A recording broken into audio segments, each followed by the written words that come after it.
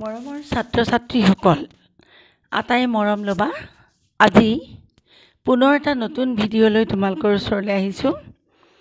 আজিৰ ভিডিঅ'টোত শংকৰদেৱ শিশু নিকেতনৰ ইংৰাজীৰ পাঠ্যক্ৰমৰ পঞ্চমমান শ্ৰেণীৰ ইংৰাজীৰ পাঠ্যক্ৰমৰ বছৰেকীয়া পৰীক্ষাৰ কেইটামান বিশেষ প্ৰশ্নৰ উত্তৰ আমি পুনৰাবৃত্তি কৰিবলৈ ওলাইছোঁ। I am going to revise a few questions which are very important for your annual exam. তোমালোকৰ বছৰেকীয়া পৰীক্ষাৰ বাবে এই প্ৰশ্নকেইটা অতিশয় জৰুৰী বুলি ভাবিছোঁ। গতিকে আহাচোন আমি পলম নকৰি এই প্ৰশ্নকেইটাৰ উত্তৰকেইটা আকৌ এবাৰ চাওঁ, যাতে তোমালোকে ইয়াক বুজি ভালদৰে পোৱা আৰু পৰীক্ষাত সঠিকভাৱে ইয়াৰ উত্তৰ লিখিব পাৰা। প্ৰথম কুৱেশ্যনটো হৈছে লেচন নাম্বাৰ 10ৰ। লেচন নাম্বাৰ 10টো আছিলে আমাৰ শ্ৰী মাধৱদেৱৰ ওপৰত যিটো লেচন, সেই লেচনটো শ্ৰী মাধৱদেৱ পাঠটোৰ পৰা কুৱেশ্যন লোৱা হৈছে।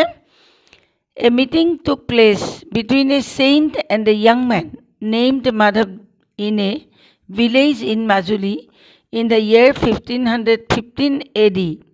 Why is this called a historic meeting? প্ৰশ্নটো যথেষ্ট গুৰুত্বপূৰ্ণ বুলি ভাবিছোঁ, সেইবাবে আকৌ এবাৰ তোমালোকক পুনৰাবৃত্তি কৰাবলৈ ওলাইছোঁ। মন দি শুনা। উত্তৰটো হ'ব The meeting between Sri Shankardev and Sri Madhavdev is called a historic meeting because after this Madhavdev realized that the truth that only through devotion the favor of God could be obtained. এই মিটিংখনক শ্ৰী শংকৰদেৱ আৰু শ্ৰী মাধৱদেৱৰ যিখন meeting, এই মিটিংখনক এখন ঐতিহাসিক meeting বুলি কোৱা হৈছে, কিয়নো এই মিটিংখনতেই মাধৱদেৱে প্ৰথমবাৰৰ বাবে উপলব্ধি কৰিছিল যে ভগৱানৰ কৃপা পাবলৈ হ'লে সেৱাৰ দ্বাৰাই বা নিষ্ঠাৰেহে আমি কৃপা পাব পাৰোঁ। কোনো বলি বিধানৰ দ্বাৰা তেওঁৰ কৃপা পাব নোৱাৰি। ইয়াৰ আগলৈকে তেওঁ মাকৰ অসুখৰ কাৰণে, তোমালোকে পাঠটোত পঢ়িছা, মাকৰ অসুখৰ কাৰণে তেওঁ কিদৰে এটা ছাগলী বলি দিবলৈ ঠিক কৰিছিল। এতিয়া এই শংকৰদেৱক প্ৰথম লগ পোৱাৰ পিছত তেওঁ প্ৰথমবাৰৰ বাবে অনুভৱ কৰিলে যে বলি বিধান আচলতে কোনো দৰকাৰ নাই, ভগৱানক সন্তুষ্ট কৰিব পাৰি কেৱল তেওঁৰ প্ৰতি থকা একান্ত নিষ্ঠাৰ দ্বাৰাহে। এতিয়া দ্বিতীয় প্ৰশ্নটো চোৱা। দ্বিতীয় প্ৰশ্নটো হৈছে ইন হুইচ ভিলেজ, একেটা পাঠৰ পৰাই লৈছোঁ। In which village did the debate between Sankardev and মাধৱদেৱ টেক প্লেচ। কোনখন গাঁৱত শংকৰদেৱ আৰু মাধৱদেৱৰ মাজত তৰ্ক হৈছিল? Where is the village situated? এই গাঁওখন ক'ত অৱস্থিত? Answer: The debate between Shankardev and Madhavdev took place at Dhuahata Belguri village. Sankardev আৰু মাধৱদেৱৰ মাজত তৰ্কখন ধুৱাহাটা বেলগুৰি গাঁৱত হৈছিল। পিছৰ পাৰ্টটো চোৱা কুৱেশ্যনটো, where is the village situated? কুৱেশ্যনটো দুটা পাৰ্টত আছে, গতিকে আমি আনচাৰটো বেলেগ বেলেগ পেৰাগ্ৰাফ কৰি দুটা পাৰ্টত লিখিম। একেলগে আমি লিখি নিদিওঁ, কাৰণ যিহেতু কুৱেশ্যনটোৰ দুটা পাৰ্ট, আনচাৰটো আমি দুটা পাৰ্টত লিখিম। এতিয়া পিছৰ পাৰ্টটো চোৱা। Where is the village situated? The village is situated in Majuli. গাঁওখন মাজুলীত অৱস্থিত। ইয়াৰ পিছৰ প্ৰশ্নটো চোৱা। ইয়াৰ পিছৰ প্ৰশ্নটো আহিছে লেচন নাম্বাৰ 11। এই লেচন নাম্বাৰ 11টোনো কোনটো লেচন? তোমালোকৰ মনত নিশ্চয় পৰিছে, সেই যে গড ইজ গুড, পাপৰিয়ে লেটাৰ লিখা লেচনটো, সেই লেচনটোৰ পৰা লোৱা হৈছে।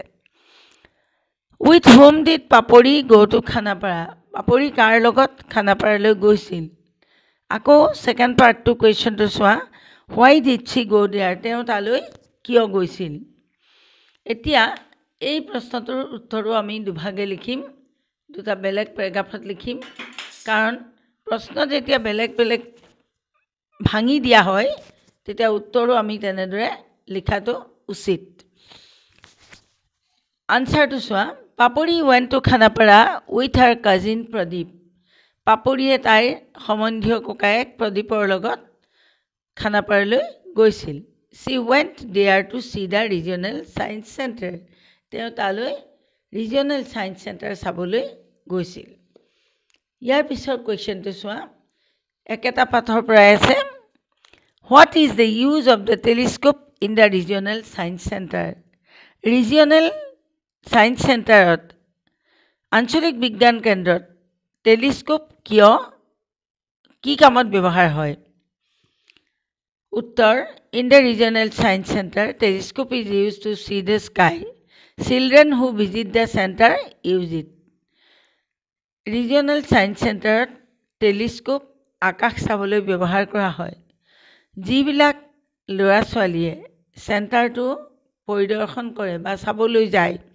তেওঁলোকে ইয়াক ব্যৱহাৰ কৰে নেক্সট কুৱেশ্যনটো চোৱা হোৱাট ইজ এইটো বেলেগ এটা কবিতাৰ পৰা লোৱা হৈছে এইটো আছে the world from a railway carriage আমাৰ লেচন নাম্বাৰ 12 পৰা লোৱা হৈছে what is that charging along like troops in a battle যুদ্ধক্ষেত্ৰৰ সৈনিকৰ দৰে কিহে আক্ৰমণ কৰাৰ গতিত গৈ আছিল উত্তৰ the train is charging along like troops in a battle যুদ্ধত সৈনিকৰ দৰে ৰেলখন আগবাঢ়ি গৈছিল তাৰপিছত কুৱেশ্যনটো চোৱা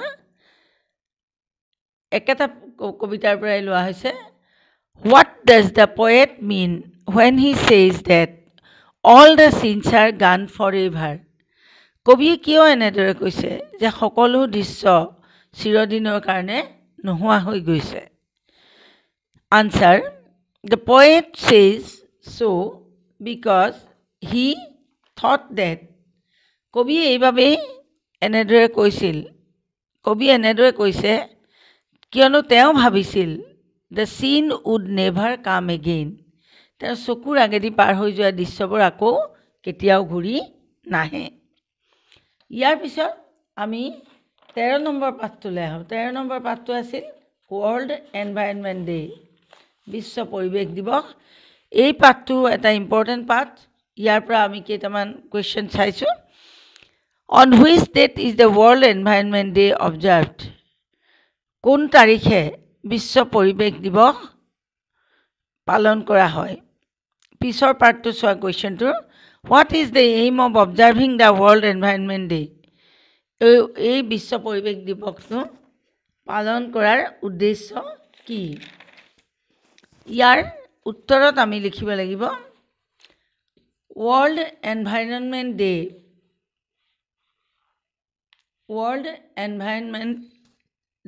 is observed on June 5th every year. বিশ্ব পৰিৱেশ দিৱস জুনৰ 5 তাৰিখে প্ৰতি বছৰে পালন কৰা হয় কুৱেশ্যনটো যেহেতু দুটা পাৰ্ট মই আগতেও কৈছোঁ কুৱেশ্যনটো দুটা পাৰ্ট পিছৰ পাৰ্টটোত আছে what is the aim of observing the world environment day এই ৱৰ্ল্ড এনভাইৰনমেণ্ট ডে বা বিশ্ব পৰিৱেশ দিৱস পালন কৰাৰ উদ্দেশ্য কি দ্বিতীয় অংশটোত আমি লিখিম পেৰাগ্ৰাফ বেলেগ কৰিছোঁ the day is observe to encourage people to protect the environment এই দিনটো এইবাবেই পালন কৰা হয় ইয়াৰ দ্বাৰা মানুহক পৰিৱেশ সংৰক্ষণৰ কাৰণে উৎসাহ জনোৱা হয় ইয়াৰ পিছত একেটা লেচনৰ পৰাই অৰ্থাৎ লেচন নম্বৰ 13 পৰাই লোৱা হৈছে what is a good environment termed why is a good environment termed as green environment ভাল পৰিৱেশক কিয় সেউজ পৰিৱেশ বুলি কোৱা হয় উত্তৰটো চোৱা Animals and men cannot live without plants. পশু পক্ষী আৰু মানুহ কোনো গছ-গছনি অবিহনে জীয়াই থাকিব নোৱাৰে। Plants are green. গছবোৰ সেউজীয়া। Therefore, গতিকে good environment is termed as green environment. সেইবাবে ভাল পৰিৱেশক সেউজ পৰিৱেশ বুলি কোৱা হয়। ইয়াৰ পিছত তোমালোকৰ পাঠ্যপুথিৰ শেষৰ পাঠটোলৈ আহিছোঁ। The Lake of Diamonds. The Lake of Diamonds তোমালোকৰ পাঠ্যপুথিৰ 14 নম্বৰ পাঠ আৰু এই পাঠটোতেই তোমালোকৰ সামৰণি পৰিছে পাঠ্যক্ৰম। গতিকে এই পাঠটোৰ পৰা আমি দুটা প্ৰশ্ন লৈছোঁ। প্ৰথম প্ৰশ্নটো হৈছে Why did the villagers keep the lake clean? গাঁৱৰ মানুহবিলাকে কিহৰ কাৰণে হ্ৰদটো চাফা কৰি ৰাখিছিল? উত্তৰ The villagers kept the lake clean because it was the only source of drinking water for them. গাঁওবাসীসকলে এই হ্ৰদটো চাফা কৰি ৰাখিছিল কাৰণ তেওঁলোকৰ কাৰণে সেইটোৱেই একমাত্ৰ খোৱা পানীৰ উৎস আছিল। ইয়াৰ পিছৰ কুৱেশ্যনটোলৈ আহা। Why did the village teacher call the people careless? শিক্ষকজনে গাঁৱৰ শিক্ষকজনে মানুহবোৰক কিয় অসাৱধান বুলি কৈছিল? এই প্ৰশ্নটোৰ উত্তৰত আমি লিখিম The village teacher called the people careless because they cut trees and destroyed forest. গাঁৱৰ শিক্ষকজনে মানুহবোৰক গাঁওবাসীবোৰক অসাৱধান বুলি কৈছিল কাৰণ তেওঁলোকে গছ কাটিছিল আৰু হাবিবিলাক ধ্বংস কৰিছিল। কাৰণ তোমালোকে ইতিমধ্যেই পাইছা পাঠটোত আনচাৰটো আমি ইমান দীঘলীয়াকৈ লিখিবলৈ নাযাওঁ, কিন্তু তোমালোকে বুজি পাইছা যে গছ কাটিলে গছ-গছনি ধ্বংস হ'লে কি হয়? বৰষুণ নিদিলে পানীৰ অভাৱ হয়। পানী যি আমাৰ জীৱন ধাৰণৰ কাৰণে অত্যন্ত প্ৰয়োজন, সেই পানী যদি নোহোৱা হয় তেনেহ'লে জীয়াই থকা জীৱবিলাকৰ বিলাই নোহোৱা হয়। গতিকে এইখিনিতে আজি আমাৰ এই আলোচনাটো সামৰণি মাৰিছোঁ। এটা কুৱেশ্যন দুটা পাৰ্টত যেতিয়া দিয়া হয় তাৰ উত্তৰ কিদৰে লিখিব লাগে সেই কথা মই আজি বুজাই দিছোঁ। গতিকে মই ভাবোঁ পৰীক্ষাত তোমালোকে এই কথাটো মানি চলিবা আৰু যথাসম্ভৱ বানানবিলাক শুদ্ধকৈ লিখিবলৈ চাবা। নিজৰ বহীখন চাফাকৈ কামখিনি কৰিবলৈ চাবা। বহীখন জমা কৰাৰ আগতে পঢ়ি চাবলৈ নাপাহৰিবা। আৰু যদি কিবা কাৰণত তোমালোকে কাটিবলগীয়া হয় তোমালোকৰ লিখা ভুল হোৱাৰ বাবে, তাক খুব সুন্দৰকৈ পেঞ্চিল আৰু স্কেল লৈ কাটিবা। পেনেৰে ঘঁহাই কাটি তাক দেখাত অশুৱনি নকৰিবা। আজিলৈ ইমানতে এৰিছোঁ। আটাইলৈকে পৰীক্ষাৰ শুভেচ্ছা মই জনাইছোঁ। পৰীক্ষা ভালধৰণে দি থাকা, নিশ্চয় ভাল হ'ব। চেষ্টা কৰা। চেষ্টা নকৰিলে কেতিয়াও কামত আমি সফল হ'ব নোৱাৰোঁ। আৰু তোমালোকৰ যদি কিবা সুধিবলগীয়া থাকে নিশ্চয় কমেণ্টত মোলৈ লিখিবা, মই চাম। তেতিয়া সেইমতে তোমালোকক সহায় কৰিবলৈ মই চেষ্টা কৰিম। যদি এই পাঠটোৰ পৰা তোমালোকৰ কিবা লাভ হৈছে বুলি ভাবিছা, উপকৃত হৈছা বুলি ভাবিছা, তেনেহ'লে তোমালোকৰ বন্ধু বান্ধৱীক লগত শ্বেয়াৰ কৰিবা আৰু চেনেলটো ছাবস্ক্ৰাইব কৰিবা। তোমালোকৰ পৰীক্ষা হৈ যাওক, তাৰপিছত মই গ্ৰামাৰৰ কিছুমান পাঠ নিয়মীয়াকৈ দিবলৈ চেষ্টা কৰিম, যাতে তোমালোকৰ গ্ৰামাৰৰ অন্ততঃ কথাবোৰ ভালধৰণে বুজি পোৱা আৰু ইংৰাজী বিষয়টো সহজভাৱে লিখিব পঢ়িব পৰাকৈ সকলো পাৰ্গত হৈ উঠা। এই কথাটোৰ কাৰণে মই চেষ্টা কৰিম। ধন্যবাদ। আজিলৈ এৰিছোঁ।